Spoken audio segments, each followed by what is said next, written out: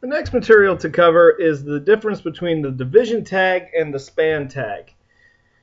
The division tag runs the entire length of the page naturally, from left to right, so the entire width. But the span tag only goes as far as the text or elements contained within it. So here right now I have a division tag with 2 paragraphs worth of text, which we can see here.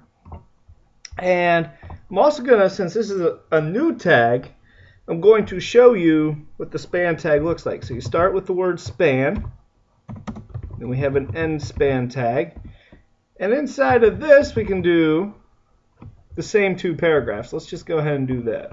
Copy and paste. So when we go over here, we should see 4 lines of text of the same. So I'm going to go over here to our CSS, and to show the difference, I'm going to put a border around the division and span. So we'll do a div and a span. And we're just going to go ahead and do a border. Remember, there's 3 parts to the border width, color, and style. So we'll do another thick. Let's change it up a little bit. Let's go blue. And style, solid. A thick blue solid border. So hit save, and when we go over, we see this here, and I believe we may have to preview in Chrome to see both. We do, but it did not work around the span. So let's figure out why. If we go back here, let's check it out. Let's give, says span cannot contain the tag paragraph. So there you have it. So let's go ahead and get rid of this. I'm going to turn this into a br/,